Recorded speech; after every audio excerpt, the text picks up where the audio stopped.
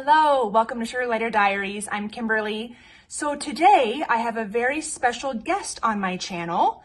I'm going to let her introduce herself in a minute, but you probably tell from the title that this video is going to be different than what I've done before. It's actually an interview, and we'll be going back and forth discussing what's been going on with one of her gliders. There's been a very tragic freak accident, and the really cool thing about this owner is that she really wants to help educate people through this so that some good comes out of this sad situation.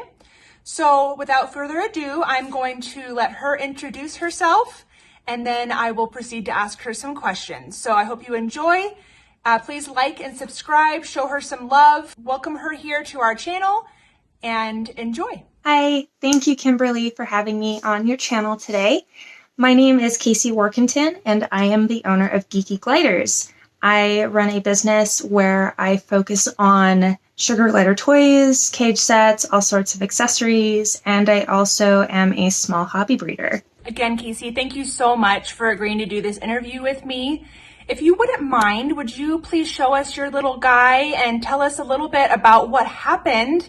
And I'll also include some videos and things like that throughout this whole interview so that you guys can see how his recovery has already progressed to this point. But if you wouldn't mind showing us and just letting us know a little bit what happened. Of course. So I'm going to introduce you to Gambit. His twin sister Rogue wants to come out and play too. But Gambit went in for a neuter and unfortunately had an accident during that neuter. So I'm taking him out of the bra pouch I have right here. I'm going to put this away real quick. So this is Gambit. Gambit went in for what's called a radiocautery neuter, and there was an unfortunate accident that happened actually after everything was complete. So they had already done a successful neuter, and they were working on kind of cleaning up everything and getting ready to basically close up shop on the procedure, and there was an accident that caused a flash burn. So it's a rare occurrence, but it does happen, and there actually is a risk of this happening for many different types of surgeries, not just the cautery neuters. What happens in those situations is that they're in an oxygen-rich environment because they have to have oxygen while they're sedated. And somehow there was a little bit of a spark. It could have been anything from the equipment. It could have been the clothing, anything that could have caused a little bit of static electricity or a spark of any kind. I'm going to go ahead and put him back for a second here. It's an unfortunate reality of a lot of types of surgery, and it isn't one of the biggest things to point out is it's not a situation of neglect or doing something incorrectly. It just sometimes, even if you do everything right, these flash burns can happen. So a spark happened off of something, they're not sure what, and the spark interacted with the oxygen, which was by his face, and he ended up with these flash burns. The doctor and the vet staff worked really, really quickly and were able to actually prevent a lot of really what could have been even more fatal damages to him. But as a result, he had some severe burns to his ears. He's got some burns to his face, especially around his nose. His eyelids are pretty swollen at the moment. And then he's, of course, as you can see, he has a lot of hair loss from all of that.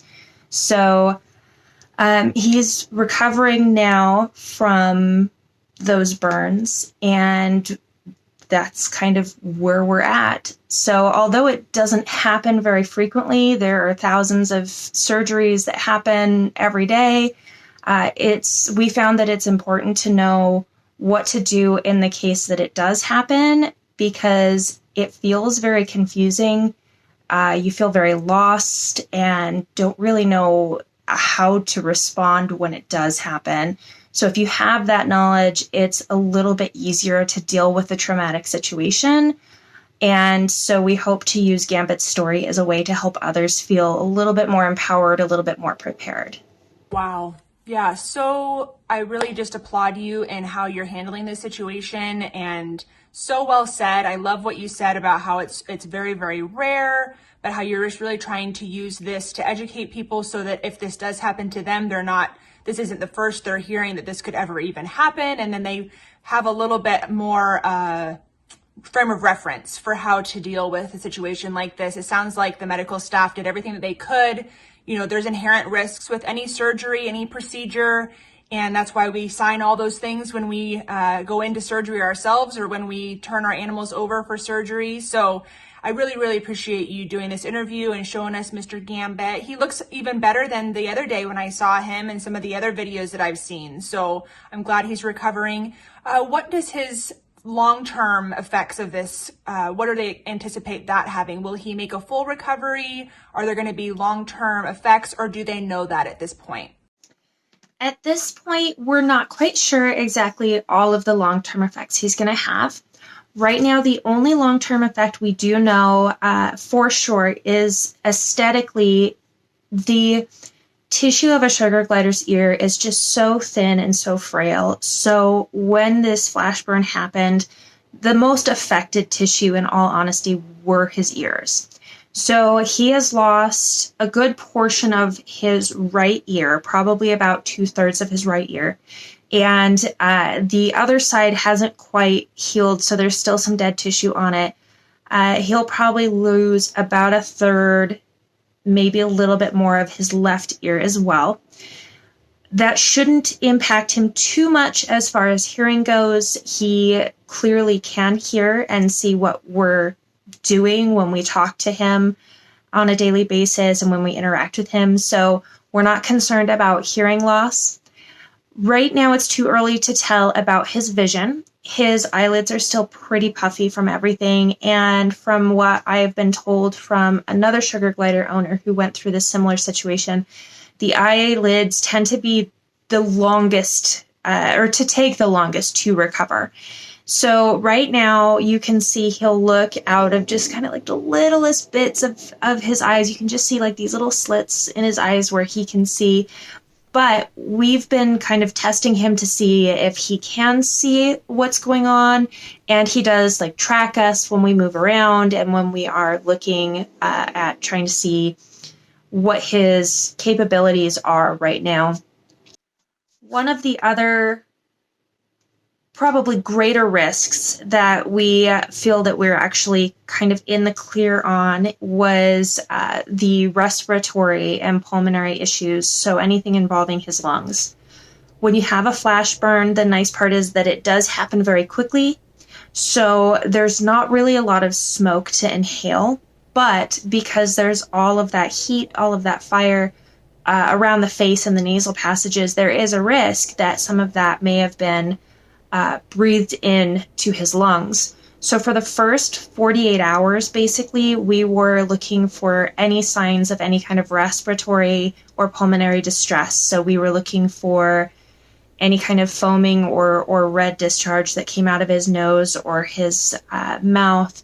Thankfully, we did not experience that at all for him. So we expect that as far as his respiratory goes, he should actually be pretty good. And right now, the big thing we're worried about is the infection rate. So before we handle him, we wash our hands, we spray hand sanitizer, like an alcohol on our hands, and allow that to dry. We are constantly making sure any surface he touches is clean. So we're really trying to make sure that there is as little a chance for any kind of bacteria to get on that exposed skin to cause any kind of infection. But long term, as long as he doesn't have any kind of bacterial infection, we're really looking like he's going to have a really good life. Will it be a full recovery? I can't say, but it's looking like it's going to still be a really good recovery. That's good. I really hope that he does make a full recovery. It seems like he's doing well. He seems like a fighter and like a champ. So good job, Mr. Gambit, for keeping fighting, and good job to you. I mean, the amount of work that you and your husband have probably done in helping him through this recovery is probably astronomical. And I'm going to ask you about that in a minute. But first of all, I know that there's a lot of people out there that are probably having the question of, can this be prevented? How can I make sure this doesn't happen to my sugar glider? And I think I know the answer to that, but I thought I'd go ahead and let you answer that. Speaking from experience, when I had, tragedy with one of my gliders, that's the first question people ask is, what happened? And is there anything that we can do so that doesn't happen to mine, which is just such a natural human response. We love our animals and we want to protect them. So is there anything that can prevent this from happening to somebody else's glider during their neuter surgery or any other surgery? Thank you. He very much is very strong-willed, very much a fighter. So I really, truly think that he's going to do quite well. He also has the help of his sister, who has been fantastic on, his recovery. So we're feeling pretty confident with him. So as far as it goes with prevention, unfortunately, there's not a whole lot that can be done to prevent this type of situation. The doctors and the medical team do everything they can to prepare for all of these types of situations. They're trained and know about these types of situations, but very rarely do they go through these situations. With any kind of oxygen-rich environment in surgery, when they do have an oxygen mask, I mean, it could be as little as static on your clothes that can cause this kind of an injury. Due to a flash burn. So they can't control all of the settings. They control as much as they can and do everything they can to prevent it. But it's not 100% preventable. It's something that even the medical community for humans they're still trying to find ways to better these procedures and to prevent this kind of a risk. With any surgery, in the animal community or in the human world, there's always inherent risks. This just happens to be one of them, but I can't emphasize enough, this really doesn't happen often. When it does, it's very natural to feel that anger, that frustration, that what do I do next, that panic, and that total confusion. When I first got the call, my vet, who's normally a very upbeat person on the phone, I could tell just by the tone of his voice something was wrong. And he's like, unfortunately, we need to talk because there was an accident. So those overwhelming emotions that hit you, that's going to happen because you care so much about that animal. Or, there's no denying that. As long as the animal is in really good health, is a fighter, is very dedicated to fighting. It's mainly about the mitigation and the response after something like this happens that really truly does make the biggest impact on their recovery. And I know that after this happened, my vet had heard of this and had been trained while going through the medical schooling for this situation. But he'd never experienced it until he had Gambit's situation. And he had been done. It was a successful neuter. So it wasn't like it happened during the actual surgery. So he's spent a lot of time over the past week doing a lot of research to try and figure out ways to prevent it. And my hope is that the more that veterinarians do the research to see what could have been done differently, that maybe in the future there is a possibility to fully prevent it. But at this point, there isn't a full prevention. Yeah, that completely makes sense. And what I don't want from this video, and I know that this is not what you want either, Casey, is for people to walk away and say, well, then I'm never putting my glider under anesthesia. I'm never getting them neutered because then I'll just prevent all of this from happening. And I think that would really be the worst takeaway that somebody could have from this, because there's reasons why we do neuters and there's reasons why they go under anesthesia for procedures. And if we say we're just going to try to avoid this horrific thing from happening, we're going to have a lot of other horrific things happen because we avoid that. So there's definitely something to be said for why we encourage people to get their sugar gliders neutered. There's something to be said for why we have the advancements in technology and medicine that we have to be able to treat gliders and animals. So you don't want to walk away from this going, well, I'm just never going to do that because I'm a good sugar glider owner. Because really, it's a mitigation of risks. Whenever a glider goes under anesthesia, there's a risk. Whenever there's any medical procedure, there's a risk. And you have to weigh that out. And if the vet is saying that what they need is important enough, then that's the risk that you really have to take. So I appreciate you clarifying that and making that really clear for everybody. So as Gambit has gone through his recovery, I want you to just describe a little bit what that's been like, what you've had to do with him while he's recovering from this injury, treatments that you've done, supervision, that kind of thing. What has that looked like for you the last few days? So the last few days have honestly been pretty tough. We're at almost a week now since the accident, and we were given a silver sulfadiazine cream for the burns, an optic lubricant for his eyes, an antibiotic, and some pain meds. So he gets the burn cream and the optic lubricant twice a day, and then he just finished his pain meds, and he is still on the antibiotics for a full 10-day course. For the first 48 hours, we were up all night. So we wanted to be on his schedule so that we could look out for any signs of any problems so we could immediately get him in if something were to go wrong. So we were up watching the way he behaved to see if there were any behavioral changes. We were wanting to make sure he could safely move around his cage without injuring himself. That first night was pretty tough because, of course, you want to keep him from scratching anything since they are fresh wounds. So we clipped his nails, and we had to do something unusual. We actually had to file down the syndactyl or webbed toenails that are on his back feet because we struggled to get him to have any kind of collar or jacket on.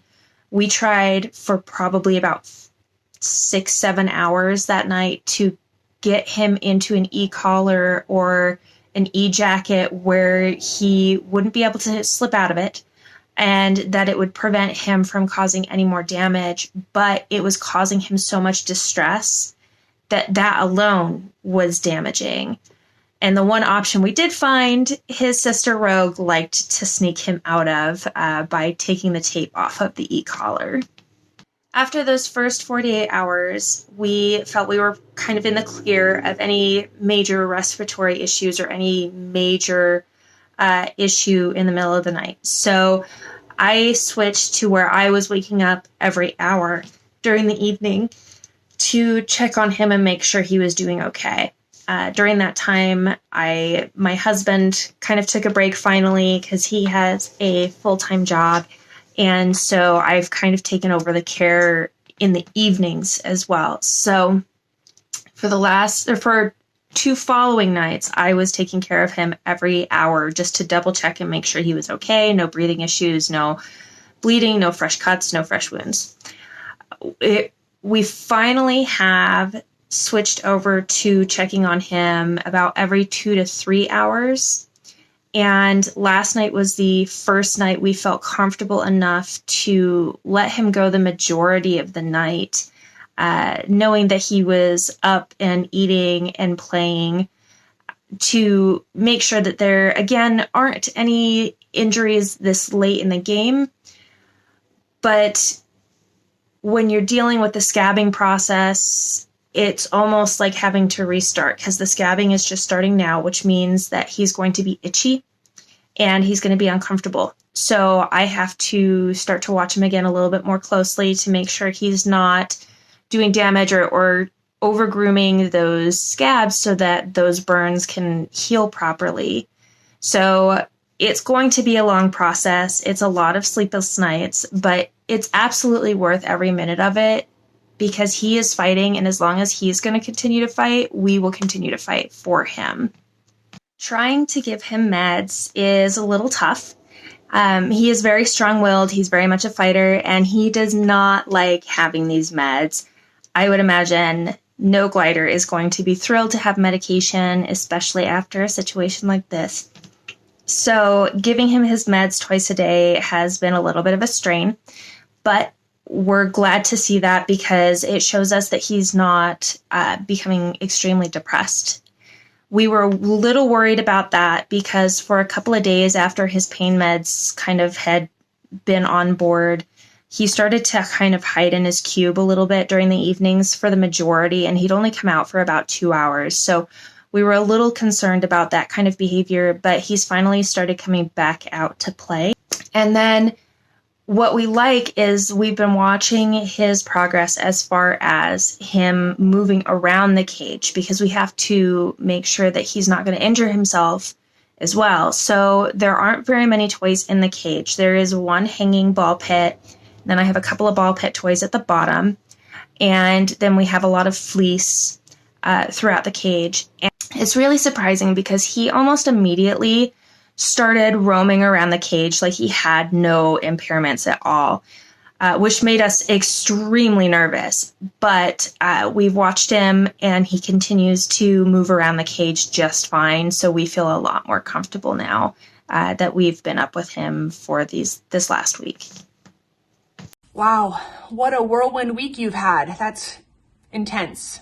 Thank you. As a fellow animal and glider lover, thank you for taking such good care of him. I know that might sound silly, but it's just so refreshing to see someone just take it so seriously and really put their heart and soul into it. So thank you on behalf of all animal and glider lovers. So you mentioned that you had his sister Rogue in the cage with him. I was wondering if you could speak to that. I know sometimes people recommend to separate an injured glider from anybody else so that they don't get over-groomed and there's not any additional injuries. So can you speak to that on why you chose to make that choice in keeping her with him? My initial reaction after finding out about the accident was that I was likely going to have to keep him separate. But I reached out through some mentors through Sugar Glider Guardians and got in contact with Hope Kerr, who was an absolute blessing for us because she went through this with one of her gliders last year, and she had talked to us a little bit about her experience and how her little boy, Billy, had become very depressed. So she had suggested go ahead and keep them together and see how it works. Maybe she can help prevent him from becoming depressed. So that initial interaction that Gambit and Rogue had was kind of interesting. We wanted to make sure we were in a setting where we could quickly pull Rogue away from him if needed, but also kind of give them the opportunity to kind of adjust and see what happened. So we decided to it almost felt like a reintroduction. And we did it in the bathroom, kind of quarantined away from everybody. And she kind of looked at him at first like, what happened to you? You don't look like my brother. And it took her a minute. She kind of sniffed him, kind of was trying to find that communication via that sense of smell. And then she realized, oh, this is Gambit.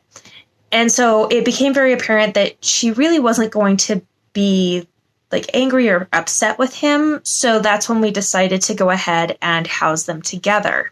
Part of the concern that we had and part of the reason we chose to stay up those days was because we didn't know how Rogue would interact with Gambit. We were concerned that there would be over-grooming or that she would try and groom him, and with his injuries that would cause him some discomfort or pain. We were worried about the fact that his ears were in such bad shape, and if she tried to groom his ears. And she did try to groom him a little bit, but he would kind of speak up and kind of crab at her a little bits at a time, the best he could for those first few days. And she kind of backed off. Whenever we saw it happening, we would also kind of discourage her and give her something else to focus on. What's been fascinating, though, is that she has kind of taken over almost like a caregiver role for him. So she, like I said, she helped him escape out of one of the cones that we had. And she was not a big fan of him being in a cone. So we really struggled with that and decided, okay, we're just going to go ahead and let him be without the cone or the e-jacket for now. And what she did, which she would follow him around the cage and almost act like a guide. She would make sure that he was getting where he wanted to go without having any problems. She would encourage him to come out and move around and play. If he got stuck somewhere, she would come up and kind of check on him. Even though they were both out of pouch on the same day, Rogue has kind of taken that older sister approach to it and has really helped with making sure that he gets everything he needs. She has also helped keep him warm because with that loss of hair, he really does need that extra kind of cuddling and warmth in order to stay the appropriate temperature. So she has cuddled up to him or allowed him to cuddle up to her in order to really keep that temperature at the place it needs to be at.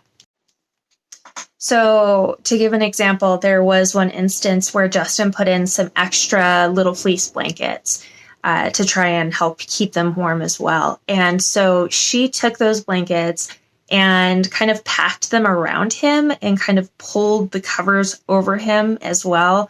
So in addition to cuddling him, she was kind of like tucking him into the pouch and tucking him into all those fleece blankets so that he really stays as warm as he can. Oh my gosh, the visual of her tucking him in is the cutest thing I have ever heard. That is so sweet. Thank you so much for explaining that. Really appreciate it.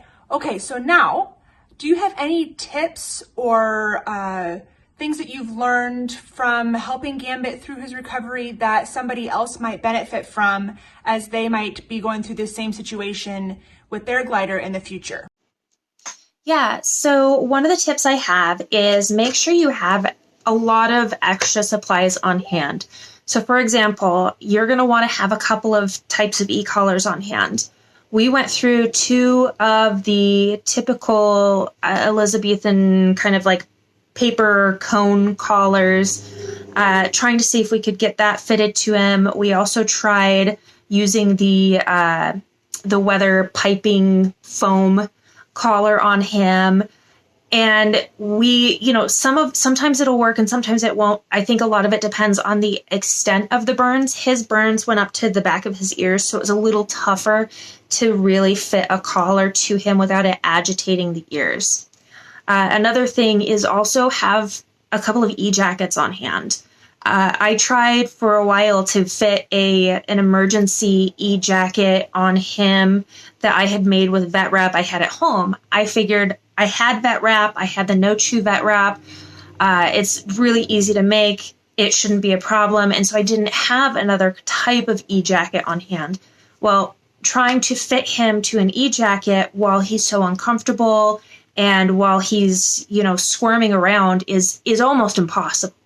So realistically, having some of those resources available to you before this happens will honestly save you a lot of frustration. Another thing is plan on being tired. This it's a long road to recovery for burns. So it's going to be a lot of late nights. It helps when you have someone else that can kind of help take some of that load off of you. But realistically, it's really tiring. But it's honestly worth it for these guys. They are worth every moment. Some other tips are to watch out for behavioral changes, especially if they're a single glider and they don't have a buddy. It's very easy for them to become depressed because they can't see, they're in pain, they're uncomfortable. So it's very easy for them to just get depressed and kind of give up. So really watch for those early signs of behavioral changes and talk with your veterinarian about that as they come up. Other things would include really keeping in contact with your vet, having a support system. There are some great groups out there, some people who are here to mentor you through a situation. You aren't alone in this situation. it may not happen often, but there are a few of us out here who have had this experience. And we are more than willing to talk about it and to walk you through what we know and what we've experienced so that you're not feeling so stressed out, so alone. I know that anyone who has any questions regarding Gambit and Gambit's situation, or if they experience this themselves, is always more than welcome to reach out to me.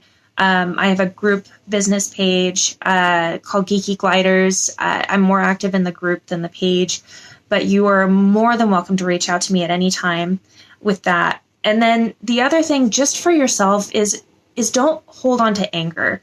It is a frustrating situation. It's a situation no one wants to go through. It's a situation that usually doesn't have an answer, which makes it the most frustrating and an angering situation because you just don't know a why. But realistically, focusing that energy on taking care of the glider and realizing that you have a vet team that's doing everything they can to help as well can really help you emotionally. Thank you so much for those tips, Casey. I really appreciate it, and I know our viewers appreciate it as well. Okay, so a question that I think I already know the answer to, but just for the sake of asking it, because I'm sure that somebody else might have the question, will you continue to neuter your pets or your gliders when, because I know you have a small breeding program, so when you have boys, you get those neutered before you give them to their owner. So will you continue to do that? And will you be going to the same veterinarian's office? And what are your thoughts on neutering after going through this situation? So the answer is yes. I will continue to neuter our pet-only Joeys that we get and that we find homes for. What happens is that if you don't neuter a male Joey and say you stick them in with another intact male, there is a very high risk that those two will get into a lot of fights, can cause a lot of health problems and damage to each other down the road. Or say you put an unneutered Joey in with a female. That Joey doesn't have to be a certain age before potentially getting that female pregnant. And especially with inbreeding issues, it can create a lot of neurological damage. It can create a lot of major medical issues for a potential future Joey. So the damages from inbreeding and from not neutering are far worse than the risk of actually having a Joey neutered and avoiding that altogether. And what you have to do as a responsible breeder is look at the inbreeding percentage and see how related they are, what kind of problems could come up if you're breeding them, and looking at making sure that you're not creating any potential health problems down the line.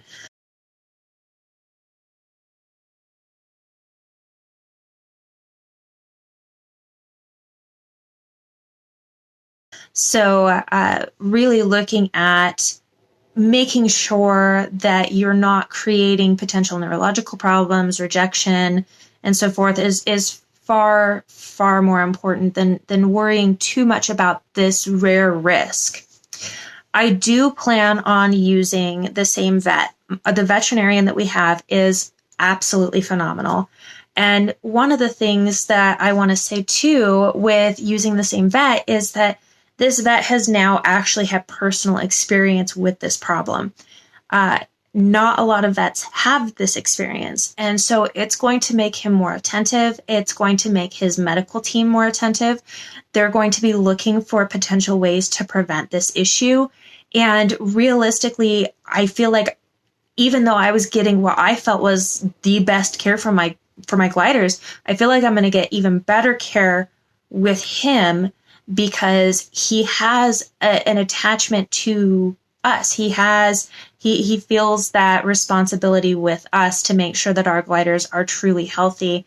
So I know I've had several successful neuters from him in the past. I do plan on using him for our neuters in the future, and I actually do plan on using the same type of neuter because realistically it has the quickest healing rate. It has the least likelihood of gliders kind of picking at that site because it doesn't use stitches or glue. So realistically, it's still the best route in my mind, in my opinion, to go, and that's what we'll continue to do. Thank you so much. Thank you so much for you are so well-spoken. You do such a great job. You really need to start your own YouTube channel, like I've told you before. Feel free to pick my brain if you want in the future. I know my viewers would love to watch your channel. So as we finish up, why don't you let everybody know where they can find you if they want to keep track of Gambit's progress and get updates from you. So is there some place that they can go to see update videos and find out how he's doing in the future?